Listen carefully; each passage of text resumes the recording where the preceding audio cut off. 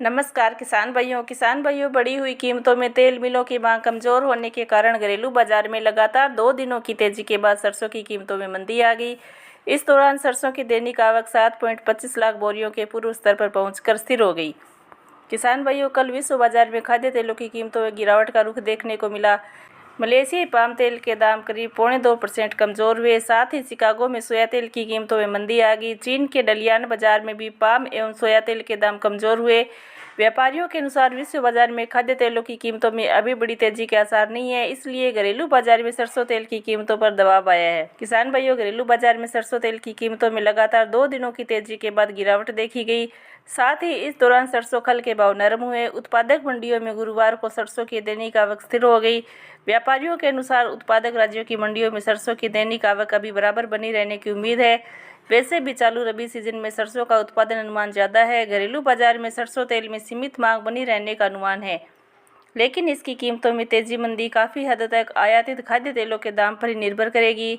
जयपुर मंडी में सरसों तेल, कच्ची घानी और एक्सपेलर की कीमतों में गुरुवार को लगातार 2 दिनों की तेजी के बाद गिरावट दर्ज की गई। किसान भाइयों, विदेशों में गिरावट के रुख तथा आयातित तेलों के थोक दाम टूटने के बीच गुरुवार को सरसों, मूंगफली एवं सोयाबीन तेल, तिलहन, कच्चा पाम तेल एवं पामोलिन के थोक दाम नुकसान में रहे। बाजार जानकारों ने इस गिरावट को तेल उद्योग के लिए बड़ा संकट बताया है।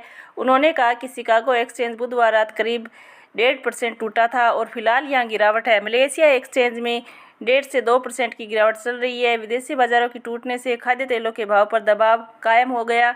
पिछले एक महीने में सोयाबीन, सीपीओ और पामोलिन तेल के दाम लगभग 10% टूटे हैं।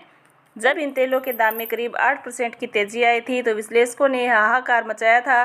किसान भाइयों, अब जब दाम 10% टूटे हैं तो उन्हें बाजार पर होने वाले असर के बारे में भी बोलना चाहिए।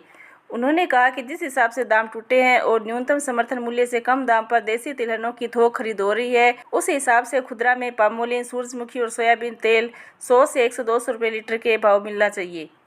एमएसपी से नीचे दाम पर खरीदा जा रहा है और खरीद भाव के हिसाब से सरसों तेल का खुदरा दाम भी 110 से 112 रुपये लीटर बिकना चाहिए।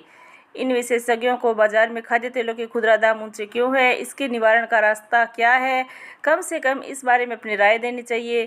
किसान भाइयों, हमारा कार्य बाजार की तेजी मंदी रिपोर्ट से आपको अवगत कराना है। बाकी आप अपना व्यापार अपने विवेक से करें। साथ ही साथ वीडियो को लाइक और चैनल को सब्सक्राइब भी जरूर करें। जय जवान, जय किसान।